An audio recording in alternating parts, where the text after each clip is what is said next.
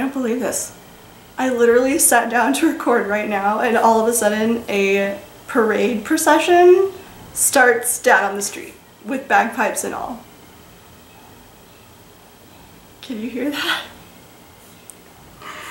Well, I guess I'll record and see you in just a second, so stay tuned for one moment. Hello! Welcome to episode 35 of the Brooklyn Knitfolk podcast. My name is Jaclyn. You can find me on Instagram, Ravelry, Pinterest, everywhere basically is at Jaclyn Salem.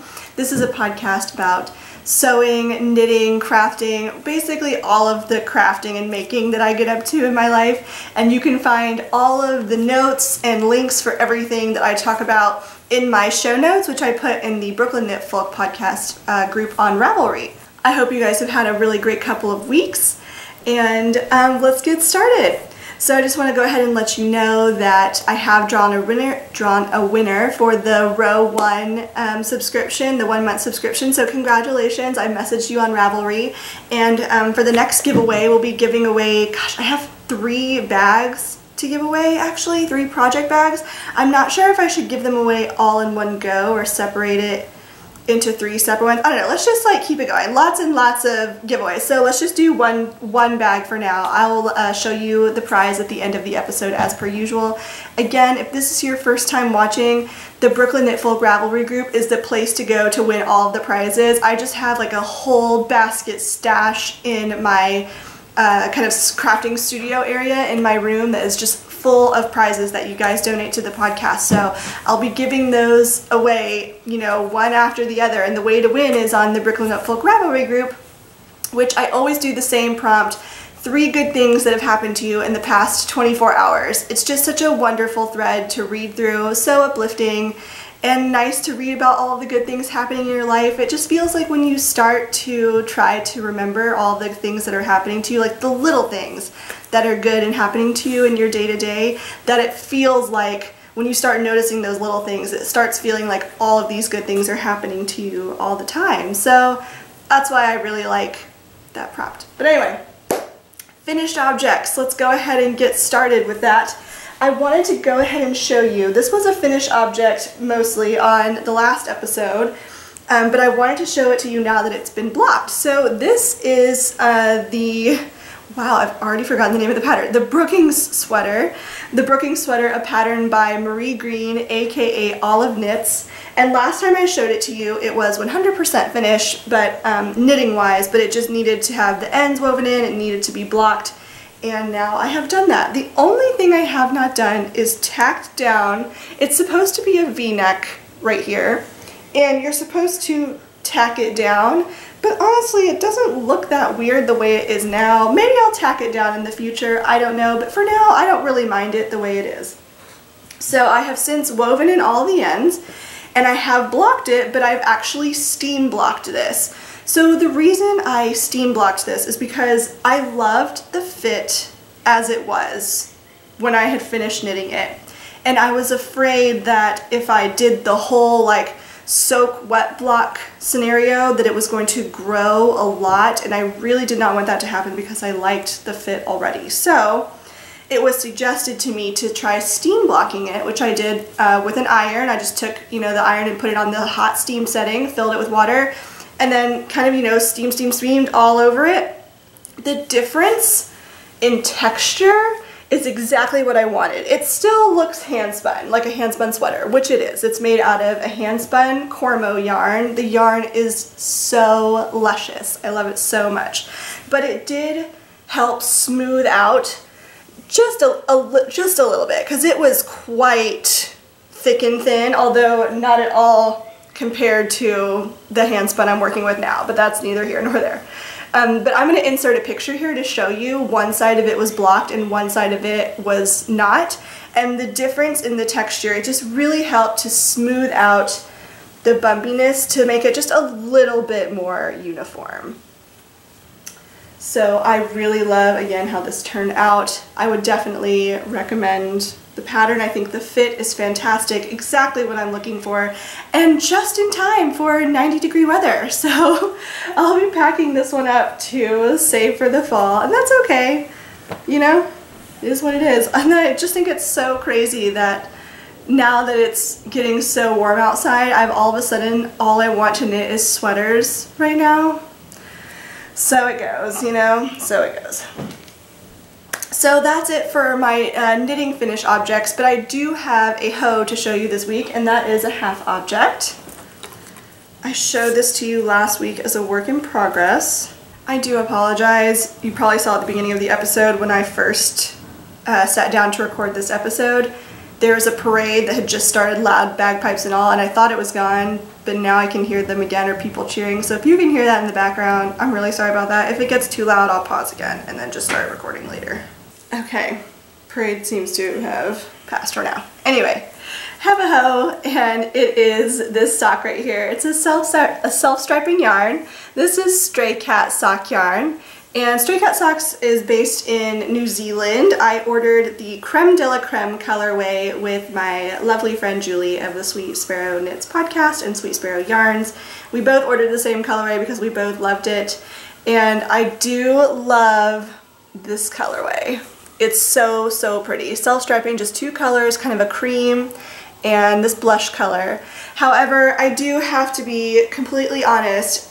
I don't think I would repurchase this yarn, at least not this base. It's really quite splitty. It is a 4-ply yarn, but the twist is not very, it's very loose plies, and it maybe was just the particular skein that I have. I don't really know, but either way, like decreasing for the toe and like SSKs and knit two together, it's just a nightmare with the base. So that's just really unfortunate because I love her colorways so much. Maybe I'll check to see if she has different bases that she stocks, but yeah, but I do love the colorway. This is just a 2x2 rib up here, quite a long leg, a fish lips kiss heel, and a rounded toe. So I have started the next one. Just barely cast it on. This is Subway knitting. I cast on this sock when my brooking sweater that I just showed you was just getting to be too unmanageable for Subway knitting. So I basically only knit on the socks when I don't have any other things I could knit on the Subway. So I'm going to continue to work on my other project that I'm going to show you here in just a minute until I can't work on that on the Subway anymore, and then I'll probably pick up this sock again. I love knitting socks. They're so portable and fun, and I wear them all the time. I just haven't been feeling the sock mojo as much as I have been feeling the sweater mojo lately, so socks have kind of been taking a backseat to my other knitting whims. But yes, this is just regular vanilla sock, Stray Cat yarns in the Creme de la Creme colorway. Alright, the next project. I am so excited about this. So you may recall that when I got home from the Washington County Farm and Fiber Tour this year, I purchased a sweater quantity of this gorgeous 2-ply BFL yarn. It's so beautiful. It's like a mostly gray and plied with kind of sometimes like a lighter brown, some fawnish brown. It's so pretty. And I looked forever for patterns. I got it down to 4. I narrowed it down to 2. I was between the Laurel cardigan, which is the one I have chosen, and what was the other one? It was a hard choice. The West End cardigan by Hannah Fettig, I think. I can't remember. I'll put it on the screen if it's not Hannah Fettig. But I do remember it's called the West End cardigan. And I loved the West End cardigan, but similar to the featherweight, it doesn't come all the way around. And I don't really like cardigans that kind of stop right here personally. It's just not my taste.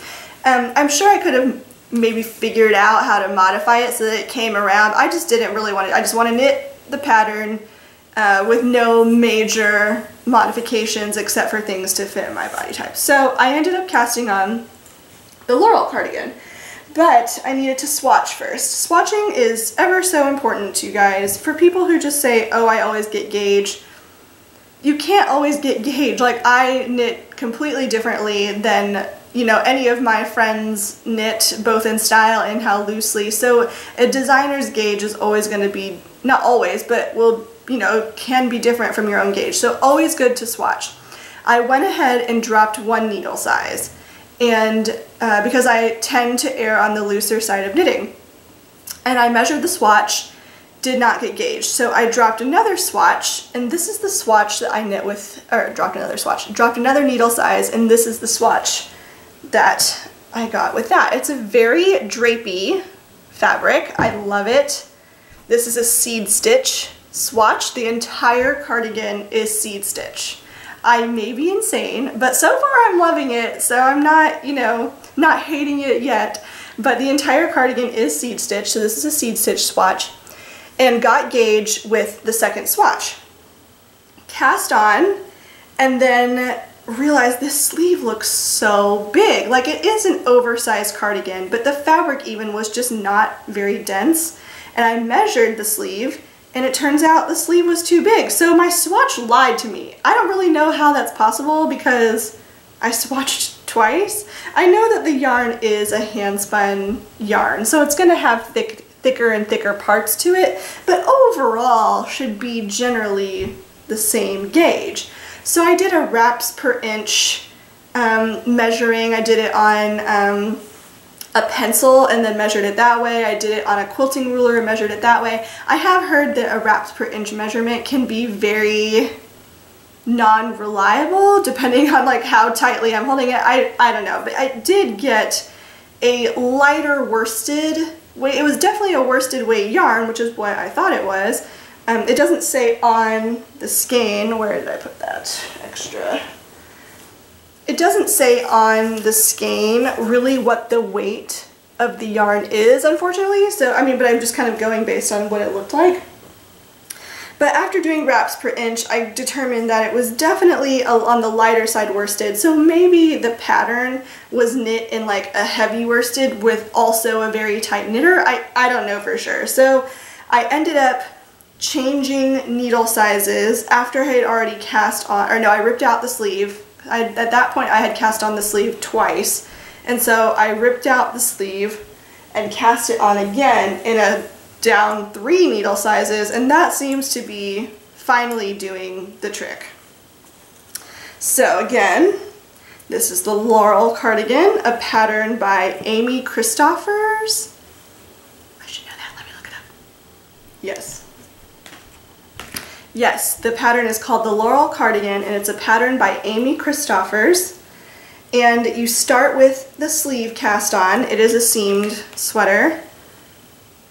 So there's my first sleeve, and then I've increased very rapidly for a length of the body, so I'm going to be knitting it side to side for the back portion, the right back portion, and then picking up stitches along once the back is knit, and then going down from there. So I'm not doing a very good job of explaining that right now, but just so you know, it is a free pattern on Ravelry, so you can take a look at it to kind of see how it is constructed if you want to knit one for yourself. But this is the swath of seed stitch that I have so far for the sleeve. I think it's just beautiful. And I did learn from my Brookings sweater about alternating skeins. So I have been alternating skeins, and I've been doing it every 2 rows with this as opposed to every single row with the other sweater, and that seems to be working out just fine.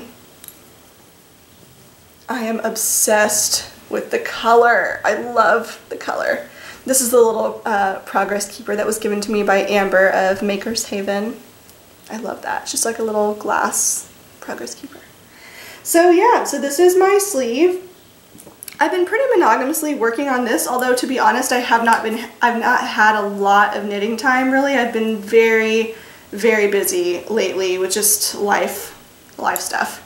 So yeah, but I'm loving this, and right now I'm to a point where I'm going to start integrating a cable. There's a big horseshoe cable detail that goes around the waist. I don't particularly love that style of cable, so I've decided I'm just going to swap it out with a different cable that has the same stitch count. So I've selected 2 different cables that I think could work. And because this yarn is a marled-ish yarn, because it has the gray and the brown, I decided it would probably be a good idea to swatch for the one that I really had in mind. I really love both of them, obviously, but there's this one, it's an oak leaf cable, and I'll put in a picture here so you can see what it looks like. And I'm just not sure that I'll get that same stitch definition because this is not like a super high twist yarn. It's not a single color. It's not just tonal. It's kind of, you know, like I said, kind of marledy with the yarn. So this is the swatch that I have that I started earlier today with the oak leaf panel. And I don't love it. I don't love it. I mean, it's okay. I think it looks okay. Honestly, my main hang-up is that it's quite a difficult cable to knit. It's not a simple cable. It's a 66 row repeat.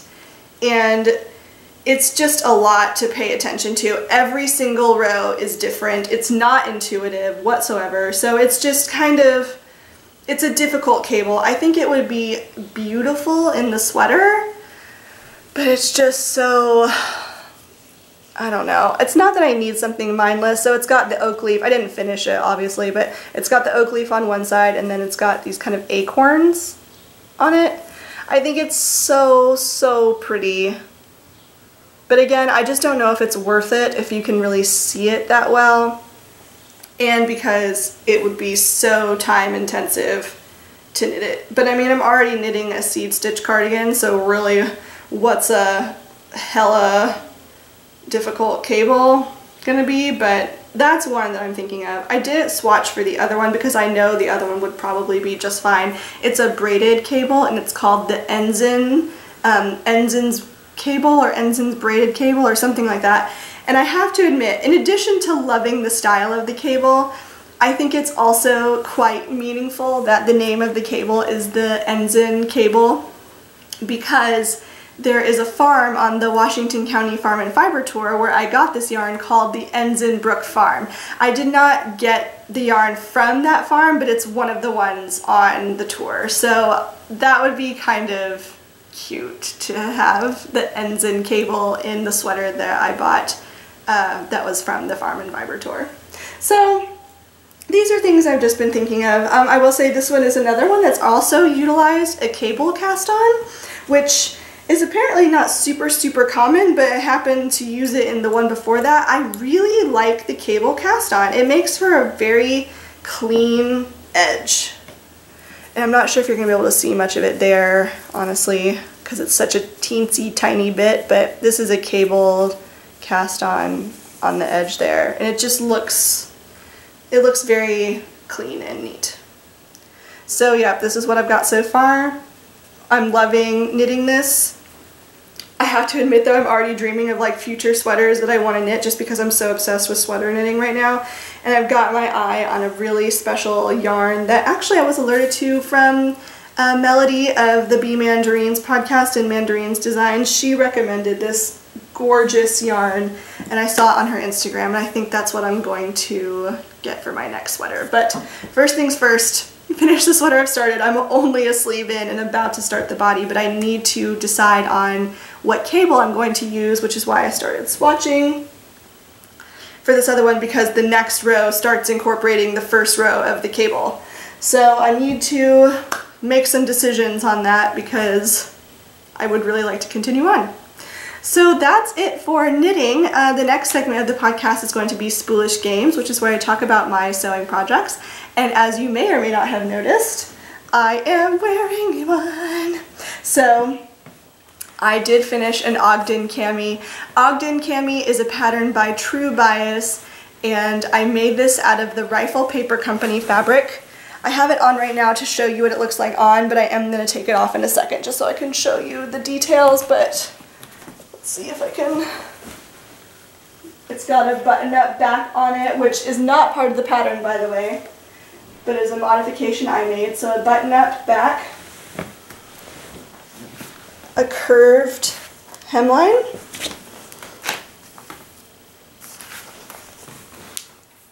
and sort of a V front, and then also, you probably noticed, a V back. The V back is part of the pattern. And then these kind of spaghetti strap sleeves here. So again, like I said, this is a pattern by True Bias. The pattern is called the Ogden Cami. It was such a well-designed tank top. I will definitely be making these again. In fact, I don't really know why I haven't made another one. I've got fabrics, I can see it from here sitting behind this chair that I have my tripod on, and I'm dying to make another one out of some blush fabric that I have. I just love this pattern, and it comes together so quickly. It's such an easy pattern. The fit is fantastic. I could not recommend it highly enough. So let me change into another top real quick so I can take this off and show you all of the details about this top. Okay, so if you remember, I was a little bit confused. I had 1 yard of this Rifle Paper Company fabric that I had ordered. This is the Les Fleurs print, and it's a little bit on the pricier side, so I didn't order a bit. I didn't order a lot. I just ordered 1 yard, and I thought surely I could get a tank top out of a yard. Why would I need close to 2 yards for a tank top? And then it turns out, as I put together the PDF pattern and then started laying it out, that all of the pieces, almost all of them, with the exception of the straps, are cut on the fold. So you need to have them on a fold. So when you place the pattern on there, that's what makes this full and not 2 pieces. So the pattern is, sorry, if you've been sewing, then you know what I'm talking about. I'm kind of talking in circles right now, but all of the pattern pieces needed to be placed on the fold so that when you cut it out, it would make 1 piece.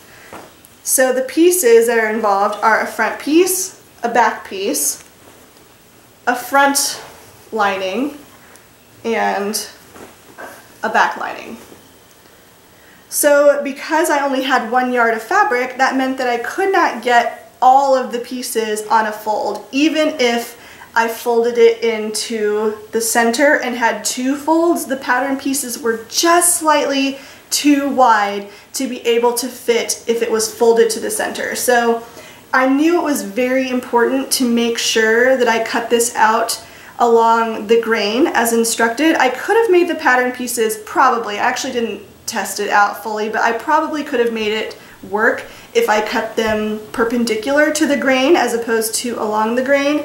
But the first few instructions in the pattern were to stay stitch all of the necklines and armholes for every single piece. So I could tell that since those were the first instructions, that cutting along the grain and the way that it laid was going to be very important to the structure of this pattern. So I didn't dare cut out pieces that were not on the grain. I looked it up first to see, like, how do you know when it's important and how do you not know, you know? And basically the responses were largely unhelpful, but said things to the effect of, if you don't know what you're doing, then don't do it. So I was like, well, I don't know what I'm doing, so I guess I'm not going to cut out my pieces not along the grain. So what ended up happening was I could get the front on the grain, or on the fold, and I could get the front lining on the fold, but I could not get the back lining and the back piece on a fold. So I cut out 2 separate pieces for the back, which resulted in this button-up back detail, which I love. I could have just sewn the pieces together, but I thought, why have the seam up the back? If I'm already going to have a seam up the back, I might as well do something cute and make it a feature. So like a zip or the buttons, which is what I ended up doing. And I love this button detail. I think if I make it again, I'll probably just do it again because I love the button-up back detail. And this is actually my first time ever sewing buttons or buttonholes, which is surprisingly easy. I remember I was sitting at my sewing machine and I was like, oh, maybe I'll just put off the rest of this until next weekend because, you know, it's not really been the greatest 2 weeks actually, and you know, that's a whole other story, and I just don't really have a lot of headspace to learn something super difficult. But I was like, no, just test it on a test piece of fabric, you know, sewing the buttonholes. I've heard it's not that difficult, and I looked up how to do it on my machine manual, and it was super, super easy. So if your sewing machine does buttonholes, fear not, it is literally the simplest process. Just read your instructions for your manual on how to do it and follow along. I'm so glad that I didn't put off doing it because I wore it the next day.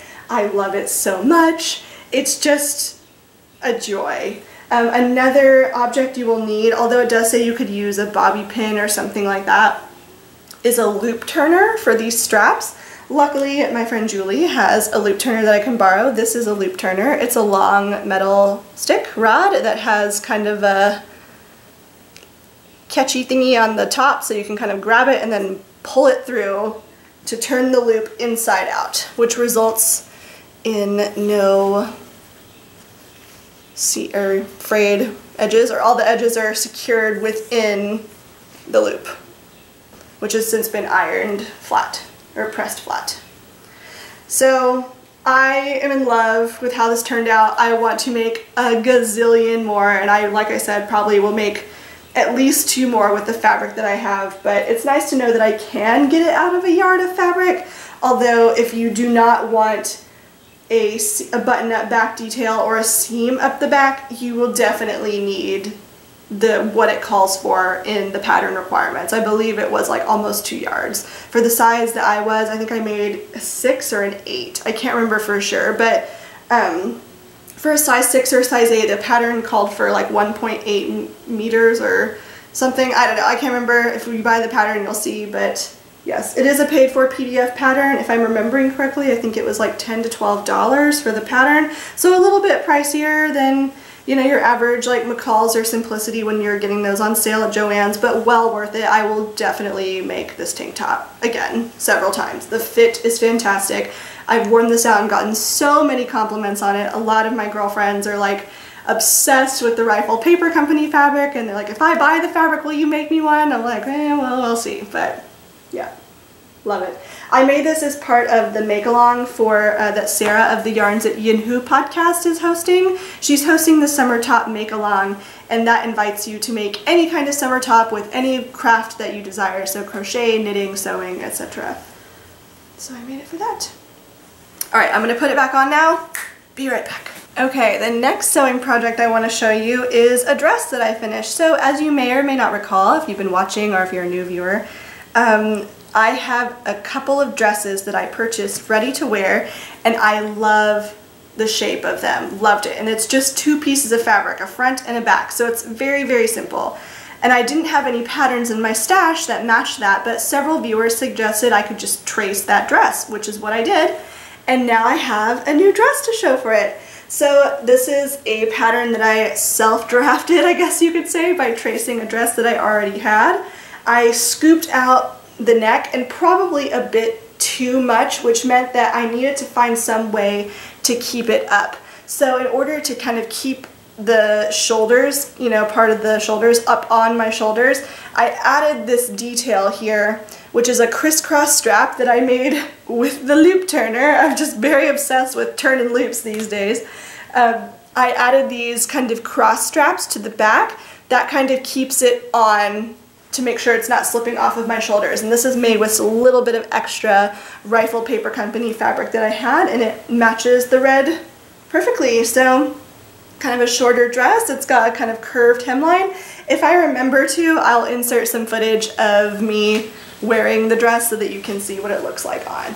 I will say this fabric is probably not the most desirable for this dress just because it's so sheer. It's really difficult to buy fabric online because you can't really tell those sorts of things in person. So unfortunately the fabric is really sheer. I definitely have to wear a slip underneath it when I'm wearing this, but I've tried it on. The fit is lovely. And I'll show you. Again, with the loop turner, I made the tie for the dress to tie around it, around the waist. That's what kind of gives me shape when I'm wearing the dress. So you can kind of imagine, tie the waist. Yep. But yes, I love it. A viewer so awesomely suggested that I use extra fabric from this to make the tie, which would have been great, but unfortunately I just didn't have enough fabric left over from the top to make the tie for this dress. But I had enough for the straps, so hopefully that will be enough of a little detail. So this is again just a little self-drafted dress pattern. I love it, and I will definitely make more of these.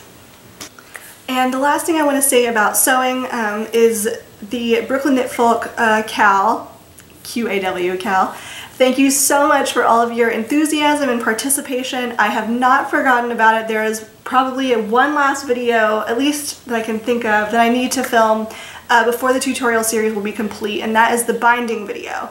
I have not forgotten about it. I just want to let you know that it is on my radar. It's just been a very busy, and as I don't want to get into too much detail, but it's not really been the best couple of weeks. So really all I've been wanting to work on are my comfort crafts and things that I've just like really been wanting to work on, like my sweaters. And sewing the quilt has just not been the priority, but I will make a promise to you that I will definitely have that last video out within 2 weeks, hopefully. So that's what I'm aiming for, at least. And I believe that that is it for the making segment of the podcast. The next few things I have to show you are prizes that you guys can win that are up for grabs, and a couple of acquisitions, none of them yarn related, so you don't have to worry about being too enabled or anything like that. The first thing I want to show you, this was a gift from my dear friend Julie of the Sweet Sparrow Knits podcast and Sweet Sparrow Yarns. She was ordering herself a crochet hook. These are hand-turned, handmade crochet hooks by Unraveled You, E-W-E. Again, I'll make sure to put all of this in the show notes in case you're interested in getting some of this wonderful stuff for yourself. But they come in all of the regular sizes. She asked me what size my blanket was for my crochet blanket. I'm not sure if that is focusing or not, but I told her I have an F hook, and so she ordered me an F hook in this quilted maple wood, and I could not be happier with this beautiful handmade object. I mean, I love it not only because it's handmade and beautiful, but just because of the friendship that Julie and I share is just really, really special. So thank you so much for this, Julie. I've already told her how much I love it, but I've already used it on my blanket. It's amazing, and I just love it. Hand-turned crochet hook by Unraveled You. The next acquisition was alerted to me by Tanya, who had the Knitting Spring podcast. She hasn't podcasted in a while. I'm not sure if she still does, but she was one of the people who went to the Washington County Farm and Fiber Tour. Her, Julie, and I drove up together in a car, and she got me hooked on Lolo bars. So this is a lotion bar. The one that she had, that Tanya had, was a bergamot scent, which smells like tea, like Earl Grey. Smelled so good. She told me they have a pink grapefruit scent, and I love the scent of grapefruit scented things. The perfume I wear is very grapefruity smelling. It smells amazing. So the Lolo bar, that's what it looks like. Basically, it's a lotion bar, in case you didn't know. Looks like this, comes in this tin. You take it out, kind of rub it on your hands. Ta-da! Lotion. Oh, it smells so good, clean, fresh. I love the scent of grapefruit. So I highly recommend this product. She got me hooked on it in one use on her bergamot one, and she told me she was putting in another order, so I was like, whenever you do, just grab me a pink grapefruit one and I will give you monies. So the Lolo bar. Highly recommend.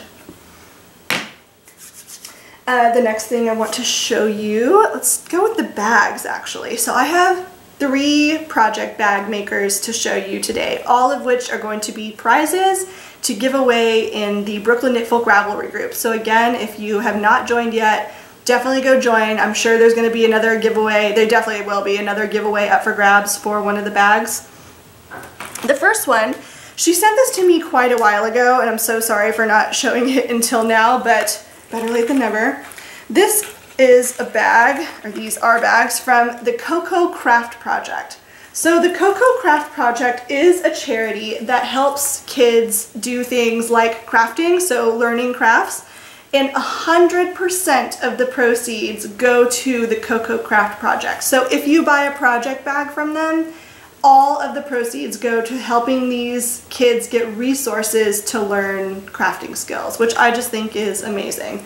The shape is a very kind of shorter and very wide project bag. They're incredibly well made and sturdy, super, super soft. They've definitely got interfacing in them. This one's got like a polka dot interior and this kind of geometric outside, which I love. The zippers are nice and free. They don't get like caught on anything, you know? It's like they're very easy to use, which I love. So this is the other one that kind of has this orange and blue color scheme fabric with the natural color. And again, the polka dot interior. So I just really love her mission, and I'm just so, yeah, I love the mission, and that 100% of the proceeds go to that. I just think that's amazing. So again, that's the Coco Craft Project, and you can find her on Etsy. Thank you so much for sending these to me. I absolutely love them. Both of these will be prizes in the future. The next ones I want to show you were donated to the Brooklyn Knitfolk podcast by Deanna, who has the Done by Hand studio. These project bags are giant. This is an excellent sweater-sized project bag. It's got her label on the inside. I can get it, show you. Done by Hand Studio. Box bottom bag. Yeah, this thing is giant. I absolutely love it. It would be perfect for a sweater project, perfect for a blanket project. And the prints that she has are so cute. This one has got little vintage Pyrex on it. And then this other one that she sent has got little sewing theme.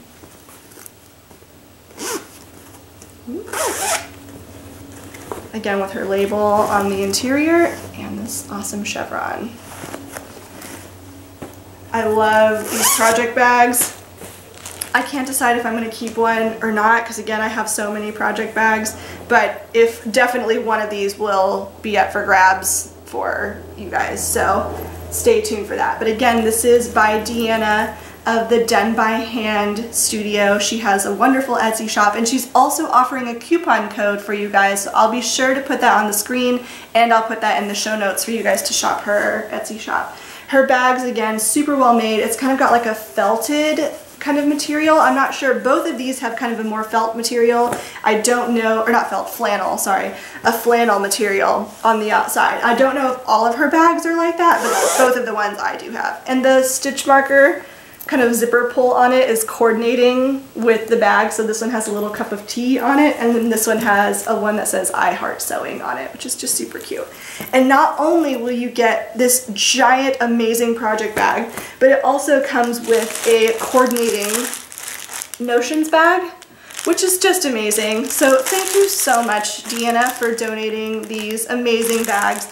Definitely go check out her shop and give them some love, especially if you're in need of really big sweater size project bags or a special project bag for your blankets. So like your granny stripes or Cozy Memories blankets, etc. Because this is a perfect size for large projects. And last but certainly not least, I definitely wanted to share this amazing project with you. Hannah of Hannah on the Road, which she also has a great podcast, and her self-titled Etsy shop, which is the Hannah Lisa Haferkamp. Sorry if I'm not pronouncing her last name right. Hannah Lisa Haferkamp Etsy shop. She has started, or not started, she's been making project bags for a little bit and has come up with what she feels is like the perfect bag. She's been testing out different prototypes for her different sizes, and she sent me 2 of her sock size, small size project bags. She let me pick the color, and they were gorgeous selection of colors to choose from. And if you've been watching me for a while or know my aesthetic, you know that this girl has my number. This is just the perfect project bag for me. It just fits my aesthetic and my style completely. I love neutrals. Chartreuse is my favorite color. Again, you can get a different color on there though, but just the style of this bag is so overwhelmingly perfect for my taste and aesthetic that I'm just so excited to share it with you, if for no other reason than that alone. So let me show you a little bit more about this bag. First of all, a rose gold zip. Hello, beautiful, and has a zipper pull that's made out of a tanned leather. So it's a tanned leather strap zipper pull with a rose gold zip. It's got kind of a herringbone natural fabric here, and then a felt on the bottom that comes in different colors. And again, the one I chose is this spring green color. On the inside, we have her logo. I love when bag makers put their logo in the bag. It's got a pocket, and it's also got this little D-ring with the lobster clip on it. These clips are so handy for so many different, like attaching stitch markers, color work, because you can flow the color work up through one of them and have the other color coming out of just the regular bag. It's amazing, and the zip on it is so smooth and sturdy. This is a super sturdy bag too. It's very, very thick but malleable. So it sits up on its own. Sits up on its own, as you can see, but I can squish it down into my bag, which I have been doing. So my stray cat yarn socks have been living in this bag. This is what I've been using for that, and so I kind of wanted to test it out before I talked about it on the podcast, because I told her I'd do kind of like a little mini review of it. I could not love this project bag more. It definitely holds up in my purse because of the thickness of it, and the fabrics are amazing. The style of it, obviously on point. It's just everything that I could ever want in a project bag. And it is a little bit wrinkly because it's been all wrinkled up in my bag, but that's to be expected. It's been shoved into a backpack, so what do you expect? This one is for you guys. I got two of the same color so we can be bag twinsies, but this is a super special bag, and you should definitely go check out her shop. Again, Hanalisa Haferkamp. I'll have all the links and information for where you can find her bag. She has a lot of other sizes as well. Again, this is the small size bag, but this is just a really special. All of the bags that you guys send me are special. I love all of them for different reasons, but as far as aesthetics and style go, this can't be beat. This is my #1 favorite bag right now. That one actually, and this other one that Leah gave me, who also has an Etsy shop, I just found out, so I will definitely be putting her information up on there too. I've showed you guys this bag before, and I love this bag, and I love a good drawstring. Drawstrings are one of my favorites, so I love a good drawstring bag. But these two bags, love.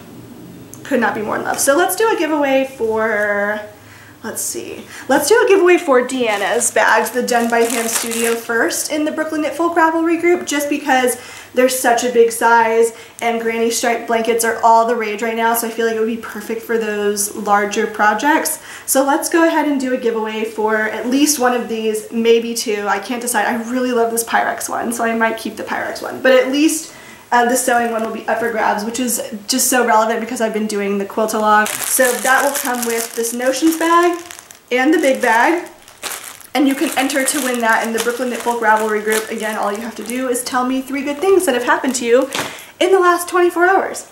But this will go in the queue for upcoming things to be given away on the podcast, so stay tuned for that. Again, follow the Brooklyn Knitfolk Ravelry group for all of the info. But I am in love with this bag. I could not love it more. I mean, I am limited again to its size, and socks have not been my thing lately, but especially if you're a sock knitter, and she has larger sizes, so it shouldn't be a problem. But if you're a sock knitter, this is a wonderful project bag, and I just love the details.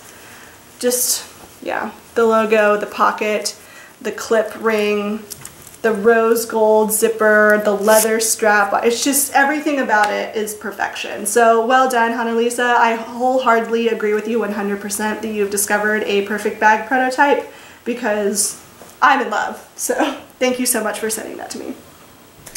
And then the last 2 things I want to talk to you about. First is a book acquisition. 2 books that I have purchased recently. The first is Haruki Murakami's Men Without Women. Sorry, I still have the tag on that.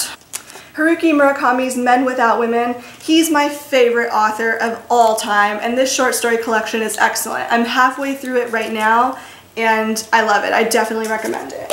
While I was in the shop, I also picked up, I really love Japanese literature, especially more modern Japanese writers. And this book called Devils in Daylight by Junichiro Tanizaki. I'm sorry if I'm butchering that to all my Japanese people, but The plot on this looked excellent. I have not read it yet. I just kind of wanted to tell you about it because it's something that I got, but the plot was really what drew me in. So very excited to read that. And then the last thing that I want to talk to you about is something that I touched on in my Salem Fit Trials, my Fitstagram account, where I kind of just keep up with my fitness goals and things of that nature. My roll book method. So I bought this roll book, I don't know, a few years ago at a yard sale for like 50 cents or something like that.